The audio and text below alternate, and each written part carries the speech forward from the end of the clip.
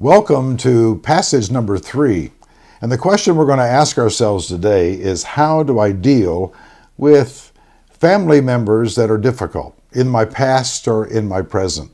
In fact, we're looking at Jesus passage number 3, and the title is Nuts in the Family Tree. Well, Ron, what do you mean by nuts in the family tree? And if you look at your family tree and I look at mine, we all either have them or people think we are the nut.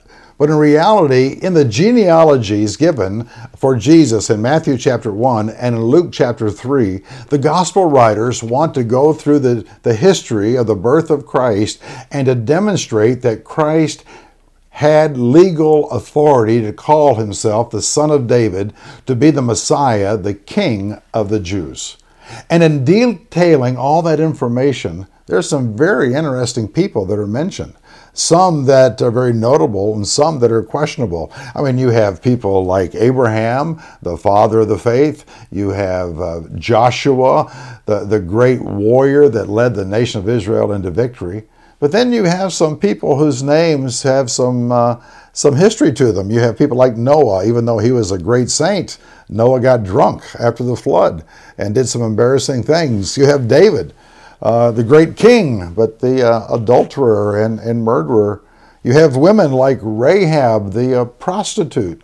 And you look at all those names in the genealogy, the family tree of Jesus, and you say, some of them are pretty good, and maybe some of them, you wonder why they were there.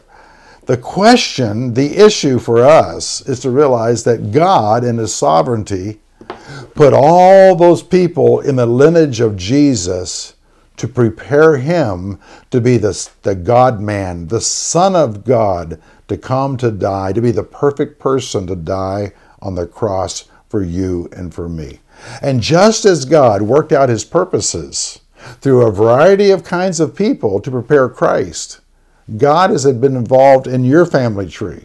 He's been involved in your life.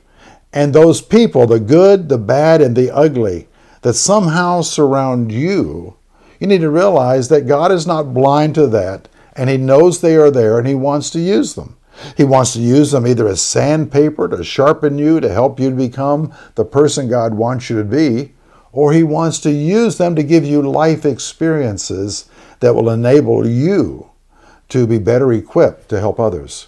Just the other day, I was talking to a dear lady whose family has been stricken with alcohol problems. And one of her family members has struggled for decades with alcohol. But fortunately, over 20 years ago, got help and has been sober, has been alcohol-free for over 2 decades.